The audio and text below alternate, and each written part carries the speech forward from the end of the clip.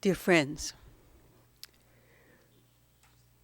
we join together this afternoon to remember and to celebrate the life of one who filled our world with her love, her goodness, her spirit, and her example. In humility, it seems that the microphone, there we go. I think they just need to turn it up a little bit. In humility and gratitude, we turn to the wisdom of our tradition for comfort, for guidance, and for understanding. Throughout the centuries, whenever our people felt lost, confused, adrift, they would say the words of Psalm 121, "I lift my eyes to the mountains. What is the source of my help? My help comes from Adonai, maker of heaven and earth."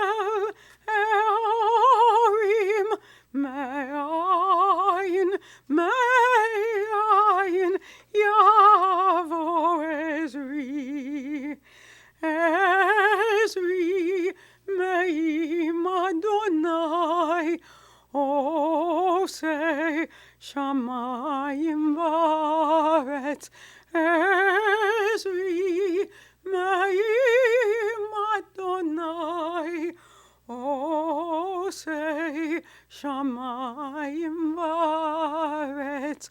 I lift up my eyes unto the mountains, from where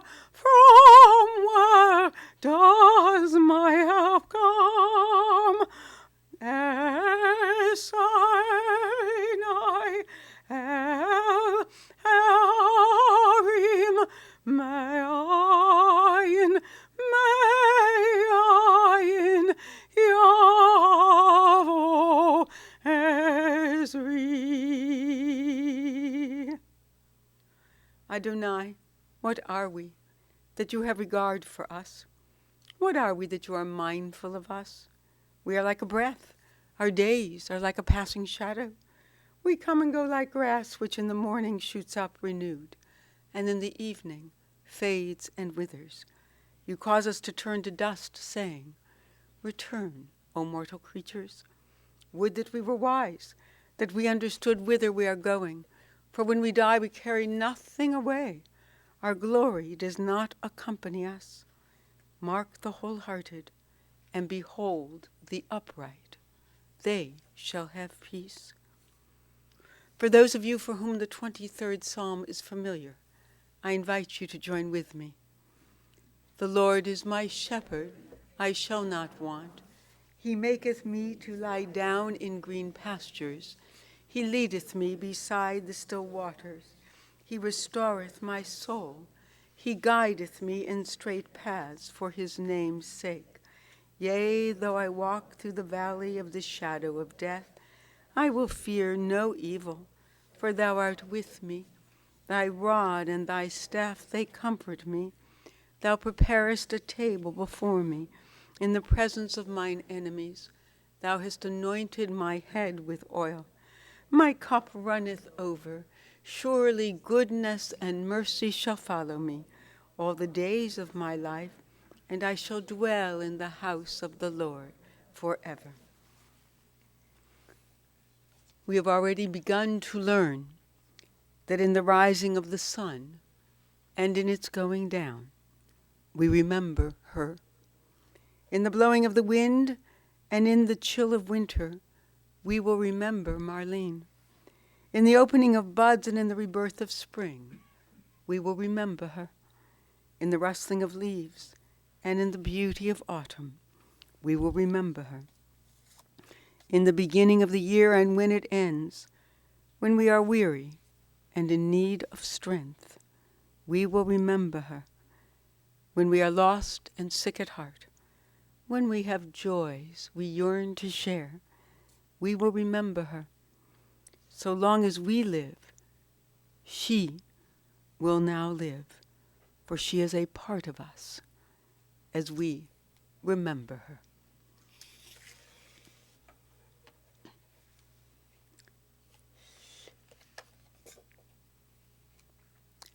My dear Hillary and Dan, dear Denise, dear Herb and Judith, Lindsay and Nikki, dear family, friends, we sadly gather this afternoon, reeling from the shock and disruption that would have been impossible to imagine just 1 week ago, when Hillary was here visiting and Marlene seemed on her way to a full and complete recovery from her surgery. Since the cruel turn of events on Wednesday evening, every fiber of our minds, bodies, and souls has resisted and recoiled from the sudden reality of Marlene's precipitous decline and grievous passing. As Denise has articulated, it's not supposed to be like this. This isn't right. It's not fair. She was so full of life and light and spunk and spirit. As our prayers accurately articulate, she leaves us bereft on a lonely way. It's not that she didn't live a good life, a full, rich, vital, and active life, or that her life was cut off before its time. In fact, she lived beyond the 80 years our tradition sets as a reasonable lifespan. It's really that we want more of her, more nights out on the town, more occasions for dressing elegantly and beautifully, more opportunities to save money by shopping the sales at Talbot's, Nordstrom's, J. Jill, her favorite haunts. We want more of her, and she had much more to give, of caring, nurturing, mothering, of being silly and laughing and talking with such interest and pleasure in us, of offering her wisdom, her compassion, her guidance. We want more, even of her stubbornness and anger, her arguments with us, and her inability to stay angry or hold a grudge, as she would acknowledge. You can fight, but it's how you make up that counts, that's important, as she firmly believed that life is too short to hold a grudge. Marlene not only told us that life is too short, she seemed to understand that principle at a very basic, visceral level. Her life was not without its challenges, but with all of the difficulties she experienced, she was a model of one who loved this life and lived with a passion and embrace of its possibilities, opportunities, and priorities, despite the vicissitudes of any given moment. I find it somehow mystical that with the absolute unexpected suddenness and surprise of her passing, the timing in our Jewish calendar has significance and possibly even comfort. As we anticipate the quickly approaching Jewish New Year, our Rosh Hashanah, we are observing the last few days of the Hebrew month of Elul. This is the month that encourages us to prepare for the days of awe. And the rabbis long ago interpreted the letters that spell the name of this month, Elul, Aleph, Lamed, Vav, Lamed, to stand for the beautiful Hebrew phrase and sentiment from the Song of Songs. I am my beloved's, and my beloved is mine. Thus, during the time when we might feel most vulnerable to God's harsh judgment, we are reminded that above all, the people of Israel are in loving relationship with God and pray, therefore, for God's mercy and compassion. While the phrase, I am my beloved's and my beloved is mine, was interpreted to apply to God and the Jewish people, at its most basic level, it speaks to our relationships and the potential each of us has to restore, renew, and reaffirm our commitment to each other. It speaks to us of Marlene, for whom nothing was more important than family, including her cousins by the dozens on both sides of the family, and her dear friends, some going back to her grade school days. This time of year speaks powerfully to us of Marlene as we devote our energies and our efforts to becoming our best selves, our kindest, most compassionate, most honorable selves, as we turn and return to become the people we ought to be, the people we want to be, the people God expects us to be, and the people Marlene knew us to be. This time of year uplifts all of the values she held dear and the qualities she personified: goodness, sweetness, kindness, compassion, a love of family, loyalty to friends, devotion to meaningful work, and enjoyment of life's gifts and blessings. Anila Dodi, Vidodi Li. I am my beloved's, and my beloved is mine. As the eldest of Esther and Louis Wolfe's two children, one of the very first things we learn about Marlene is that she was a caretaker from her earliest years, as she would come home from school every day and look after her younger brother Herb, 7 years her junior. Their mom, known by everyone as Jimmy, a leftover boy's name from the flapper club Esther and her sisters belonged to during the Roaring '20s, a name that stuck only to their mom. Jimmy worked downtown at the May Company and thus left Marlene in charge. She cared for Herb and later cared for Jimmy. She cared for her husband, Don, when he was stricken with cancer. She cared for her beloved daughters, Hillary and Denise, when they were growing up, and remained exceedingly close to them both throughout their lives.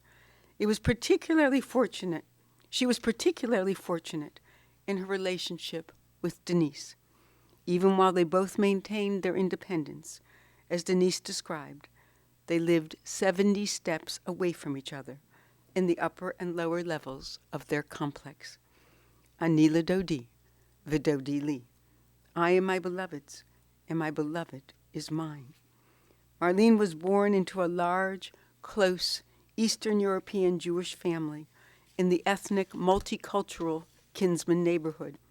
We can imagine that Marlene learned about caring for and being connected to others from her mother and her mother's sisters and brother and her father's sprawling family.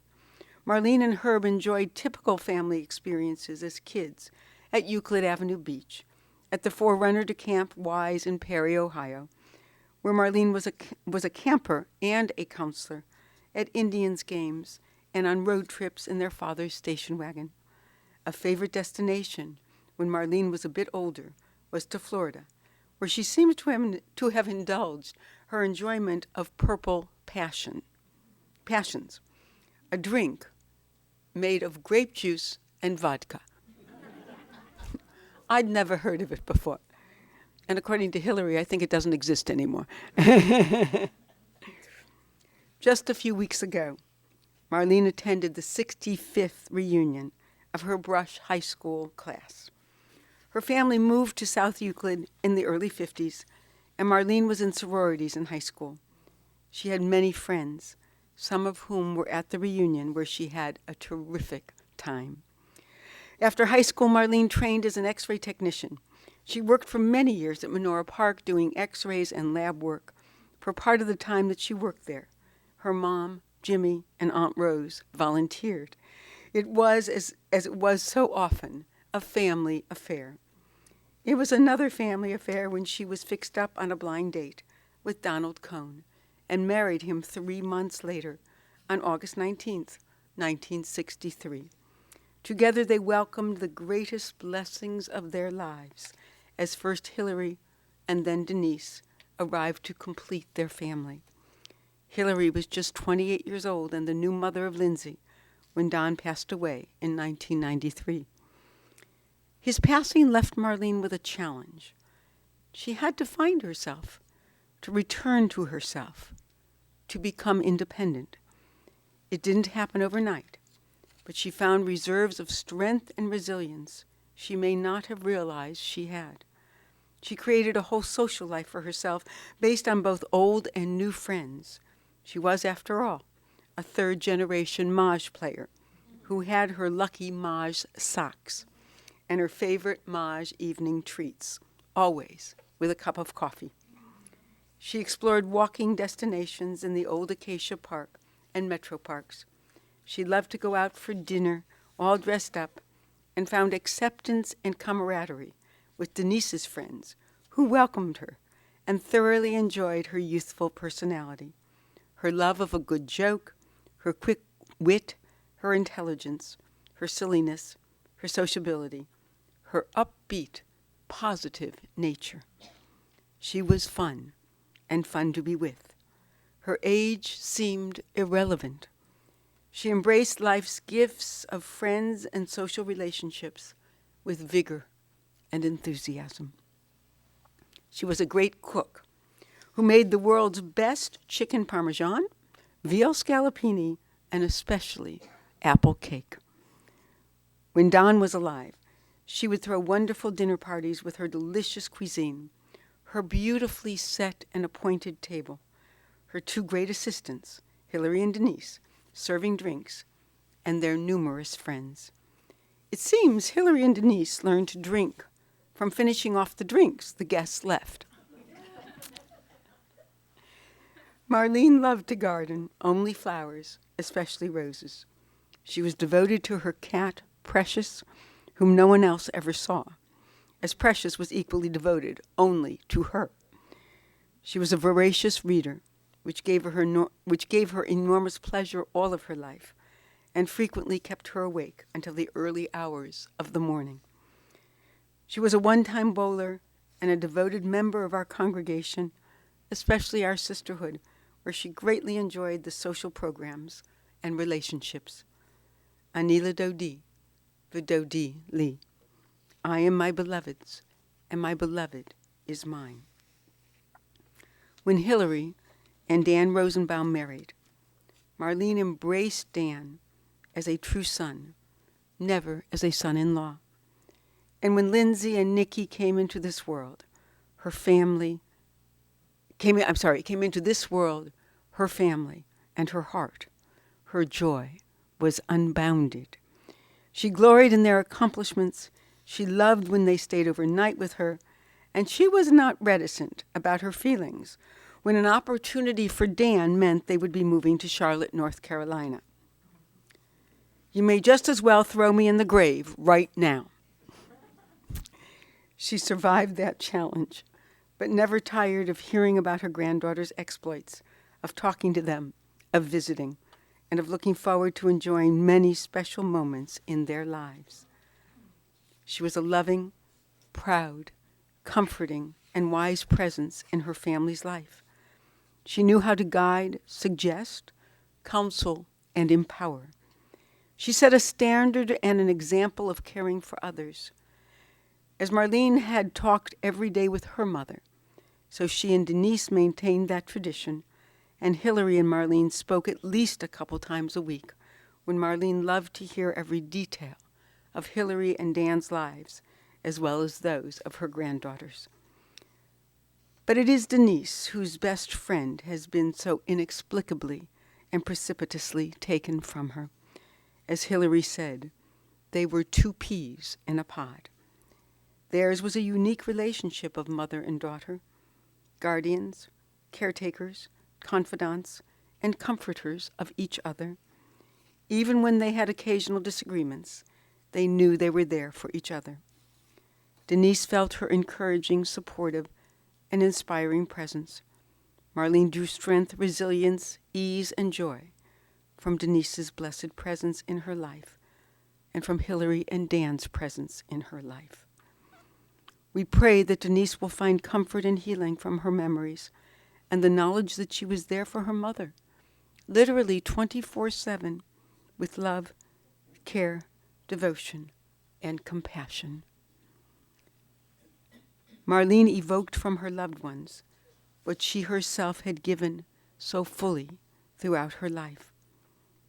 We pray that Hillary and Denise will find comfort in each other, with Dan, Lindsay, and Nikki, with Uncle Herb, Aunt Judith, Rebecca and Christopher, as well as Jillian and Josephine, as well as all who knew and loved her. According to our tradition, after Rosh Hashanah and before Yom Kippur, we say to each other, Gemar Chatima Tova, may you be sealed for a good result. Marlene Cohn's life is now sealed for all eternity with a good result, a beautiful outcome, an outstanding legacy. She was our beloved, and we were hers. Or we might paraphrase her favorite song.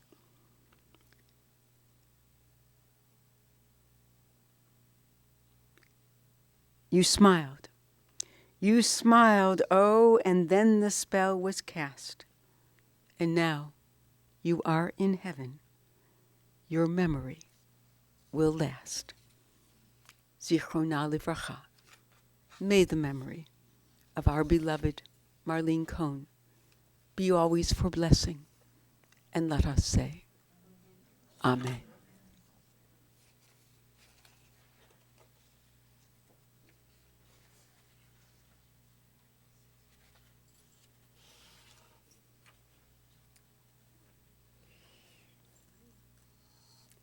The poet has written, after my death, mourn me thus. There was a woman, and see she is no more. Before her time, her life was ended, and the song of her life was broken. Oh, she had one more melody, and now that melody is gone forever. And it is our responsibility to sing it for her. I call now on her children and brother, Hillary, Denise, and Herb, to offer their reflections of their mother and sister.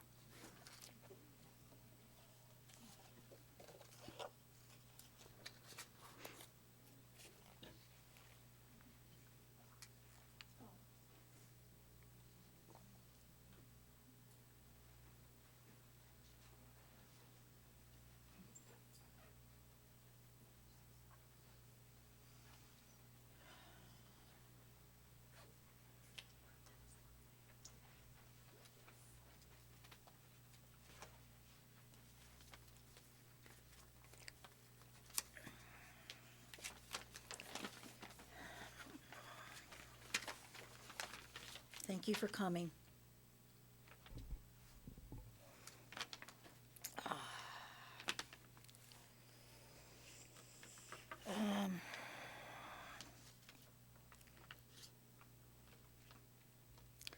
So you heard of hurricanes and tornadoes.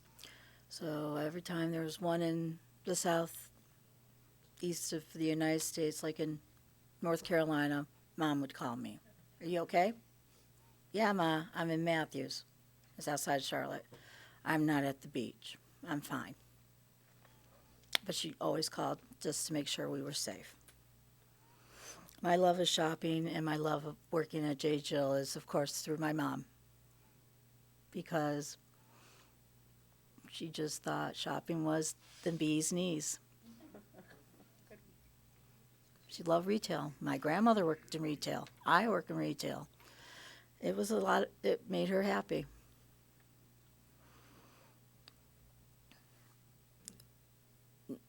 When Dan and I were married, one of the nicknames that they gave to Daniel was Kissy Face?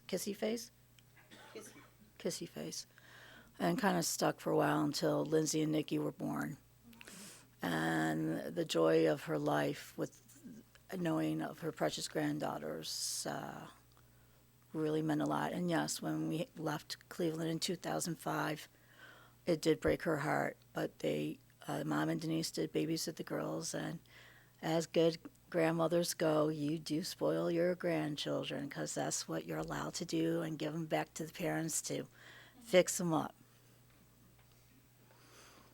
And back when Mom went to Brushwood High School, they did have sororities. Of course, Mom being Jewish, with her Jewish friends, they had their own sorority. And two of her best friends are here, Patty and Sylvia, who saw her last week. And Marsha Kammer, and they got together for lunches and at least once a month or celebrate birthdays. And those are her gals. And how long do you get to have high school friends for that all through your life? And Mom was really fortunate. Grandma played Maj. Mom played Maj. Well, here I am. So we would talk about this year's rules or last year's rules, but Mom and I would talk about, well, who won what this week, or what hand did you not win on, or how much money did you win? So, I bought her Mahjong socks. Her ladies won the same as the store closed. I got them on Lee Road. But, that was our love. That was our passion. And it kept us connected. And yes, Mom was a voracious reader. Robin Cook, just to name one off the top of her head. She would like those spy medical mysteries, and I liked Agatha Christie. But Mom was never without a book, and now I have a daughter who writes for the Red Cross and is a voracious reader as well. So it's in the family of readers. What I loved about my mom's cooking is that my mom cooked. And it runs in the family. Everybody has cooked. But it's a tradition you pass down to your children. And Mom taught me how to cook because when Mom worked at Menora Park, I got to cook dinner. First thing I remember was making spaghetti sauce. And then my dad wanted my Grandma Cohn's brownies, and I got to make that. And I loved doing these things because it made me close to her. What Dan wrote was really funny. Mom could never take a picture with her eyes open. If you look at any pictures with Mom, blinked. This is how Mom looked. So I have one in the wedding album with hers open, so don't worry. But that was it. She read the news. She listened to the news, saw it on television. She knew what was happening politically. She was very up to date on everything. Favorite food of my mom, so she brought to everything, picnics, holidays. You name it, Mom brought it. Y'all know about it. Strawberry Jell-O mode. With strawberries, frozen strawberries, and sour cream. And if you haven't had my mom's strawberry Jell-O mode, you're missing out because it's all she knew. That was her one thing. I'm going to finish up and just say that I'm going to miss my mom's smile, asking about my daughters and my husband, asking about my dog Tassie and how am I feeling today. I'm going to miss her silliness of her laugh and her fun way of looking at life. I'm going to miss a lot more when I think about it. I'm going to really miss my mom. I love my mom. And thank you for your time.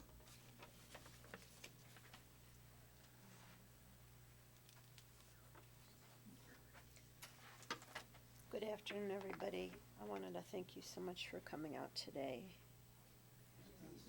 I'm sorry. I wanted to thank you.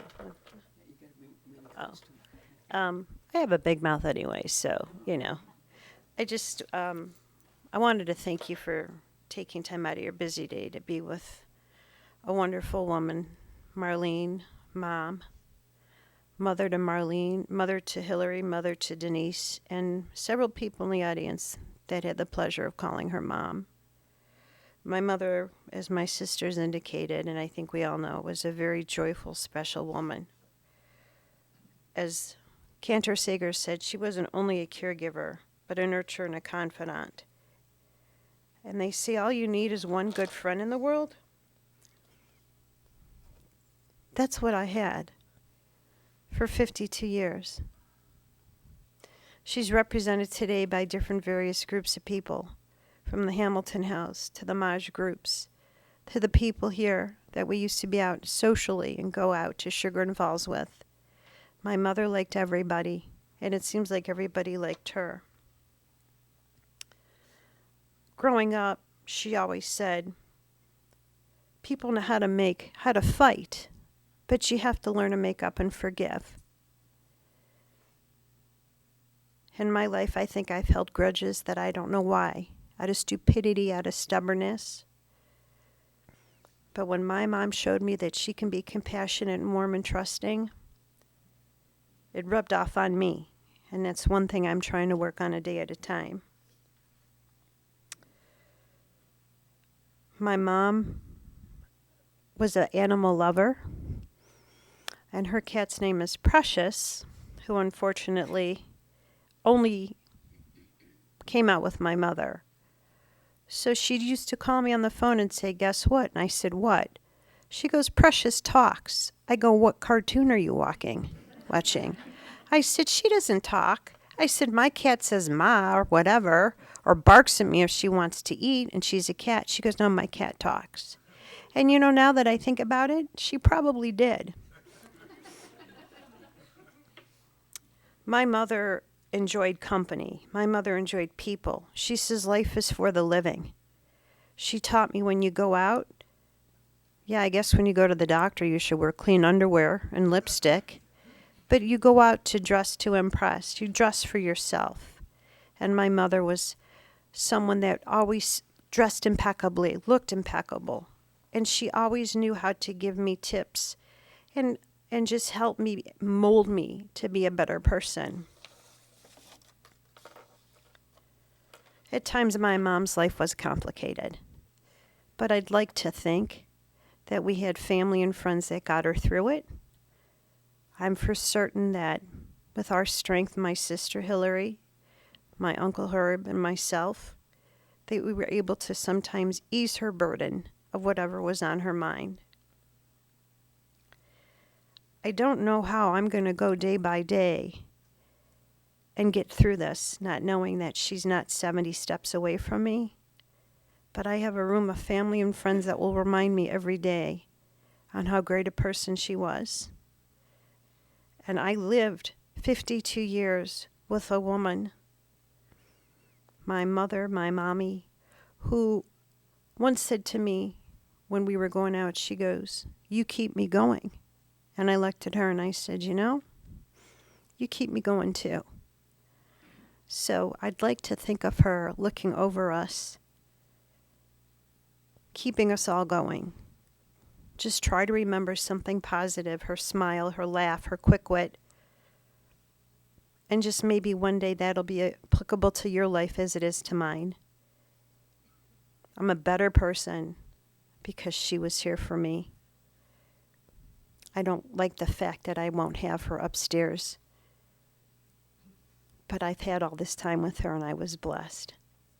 I want to thank you again for coming and having just wonderful memories of a wonderful woman that loved all of you.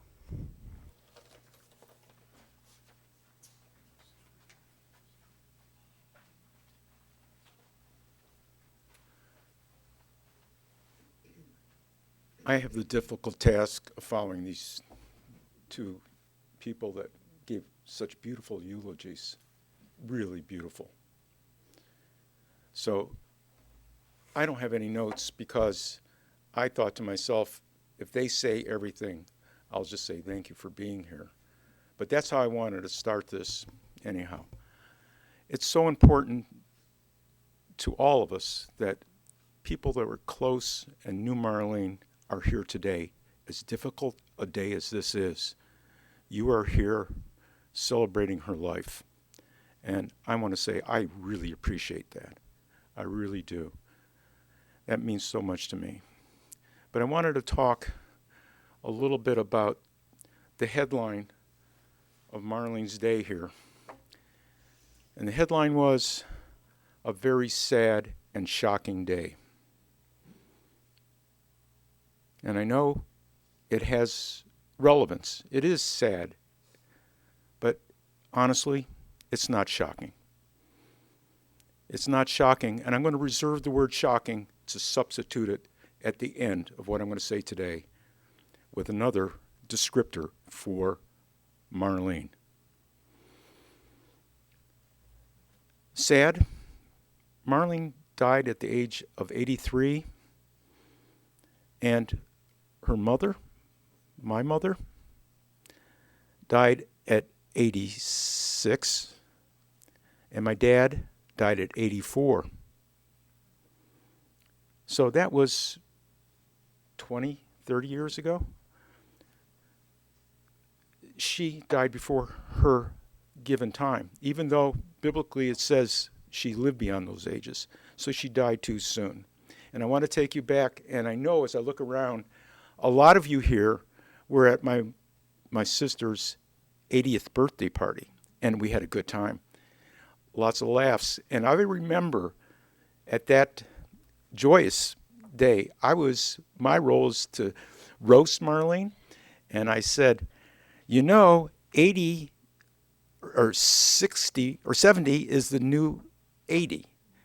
And I said, and they gave some statistics, the probability is that you could live to 90. The longer you live, the longer you're going to live. And there are so many centenarians now, it's no big deal living to 100. And Marlene said to me, I don't think I want to go there. And I say that in her, way of being a little bit caustic at times. But there's some truth. Marlene didn't want to live to an old age just to be old. That age didn't mean much to her. Marlene wanted to live a good, satisfying life. And just on September 15th, we had, let's call it a celebration of life for our first cousin, Marlene's first cousin, and my first cousin, Beverly. And Cheryl, her sister, came into town, and we had a breakfast in Beverly's and Cheryl's honor. And that was the third meal together we had. And during all this time, Marlene was very, very happy. Very happy and at peace with herself. And she had told me offline at different times, she is now happy. She had admitted to me that her life was very tense and upsetting until, through the help of her children and the help of friends and the help of social services, she got her act together. And Marlene was happy. So it brings me to today. The idea that her death is shocking is true to the extent that she died suddenly. But people that are in their 80s, that there's an enormously high probability that if you have a fall, you're going to die sooner, and it could be sudden. That is factually true. So cautionary to all of us elderly, be very careful and walk, and don't trip, don't fall. But Marlene died fast, and yesterday on the way here, Judy and I were in the car, and our rabbi was talking about people falling. The congregants, lo and behold, in my synagogue, my temple, are all elderly. And she says she's seen a lot of people fall and die suddenly. She said some of this is explained. Some of this it can happen, and you die suddenly. And then she said there's a lot of them that die quickly with no discrete data to show why they died. Maybe it was time, maybe something, but you have to take that in and think of it. Maybe they felt after that accident, passing away suddenly, there was a purpose. So we bring me up to today, and I'm thinking about Marlene and knowing that she was happy and wanting to go on with her life, to be independent, to have all her friends and family closer and better. She got to a point that she hadn't been at for many years. So I'm proposing, instead of suddenly or shockingly, that Marlene's other term that's more applicable is that she was victorious. She died happy. I ask you to think about that. She was happy. What else could you leave this planet with? Thank you.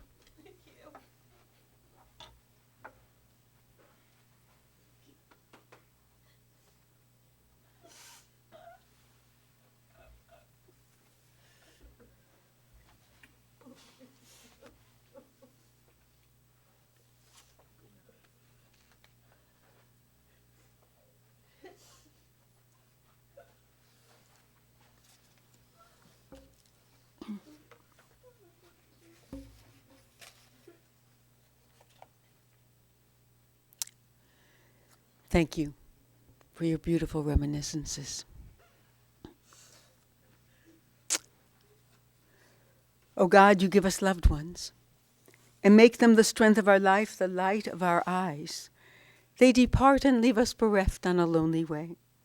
But you are the living fountain from which our healing flows. To you the stricken look for comfort and the sorrow-laden for consolation. O God, we see life as through windows that open on eternity. We see that love endures, and the soul endures as you, O God, endure forever. We see that the years are more than grass that withers, more than flowers that fade. They weave a timeless pattern in a world that is the dwelling place of your love and glory. Please rise.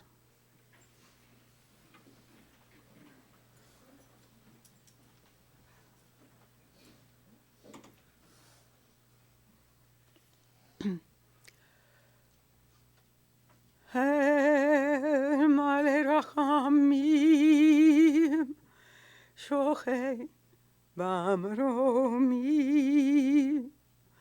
אמצי מנוחה נכונה, תחת כנפי השכינה, עם קדושים וטהורים, כזורקיה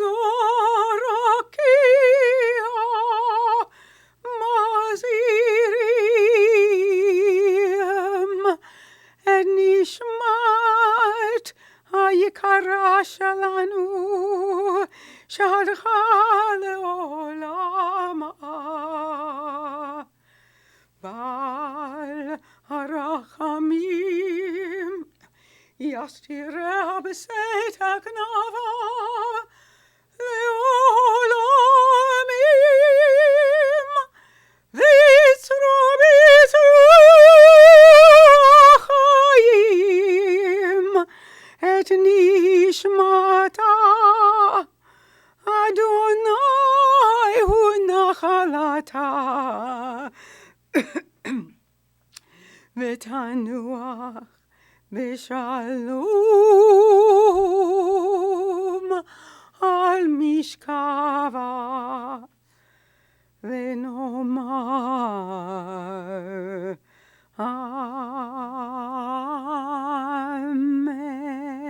Amen. Compassionate God, eternal Spirit of the universe, grant perfect rest in your sheltering presence to Marlene Cohn, who has entered eternity. O God of mercy, let her find refuge in your eternal presence, and let her soul be bound up in the bond of everlasting life. God is her inheritance. May she rest in peace. And let us say, Amen. The family would want me to share with you that immediately following internment at Mount Olive Cemetery, they will be returning to the Four Seasons social room, the social room of the Four Seasons apartment complex at 26600 George Zeiger Drive, today until 5:30, tomorrow until 8, and on Sunday they will be sitting at the Hamilton House at 250 Chatham Way. Candace Sager? Yes. Excuse me, I'm sorry. 26,200, George Zyk? Oh, okay. Thank you. Thank you very much. Contributions are suggested to the Jewish Family Service of Cleveland, should you wish.